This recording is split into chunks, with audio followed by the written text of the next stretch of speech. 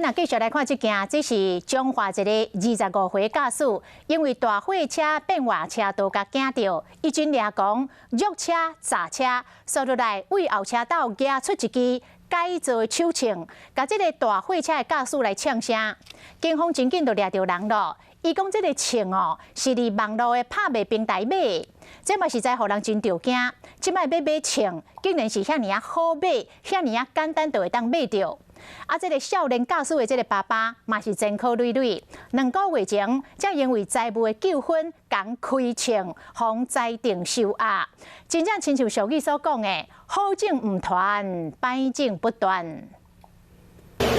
轿车停伫咧内车道，驾驶落车，起噗噗拍开后车道，摕一支枪，尾仔行去后壁大货车头前，甲大货车的驾驶呛声。大货车的驾驶当场惊死，紧甲对方会师咧才离开。伊当时是驶伫咧路中，无拍方向灯，想要驶去内车道，就是这个动作，互轿车的驾驶惊一跳。大货车有发现，嘛紧驶走。轿车说因为不满风惊到，嘛紧吹油门、试喇叭，溜伫咧大货车后壁，搁改超车，尾仔提枪搁改恐吓。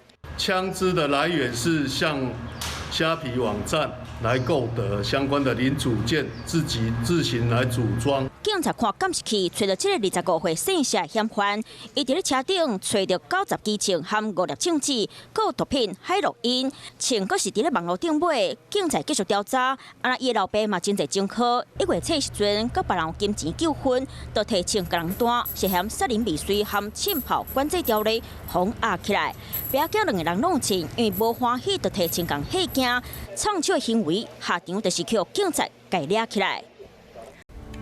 我是陈雅玲，想要跟我一起从零掌握天下事吗？赶紧按下华视新闻 YouTube 频道的订阅按钮，开启小铃铛，跟我一起探讨公共议题，给您最专业的华视新闻。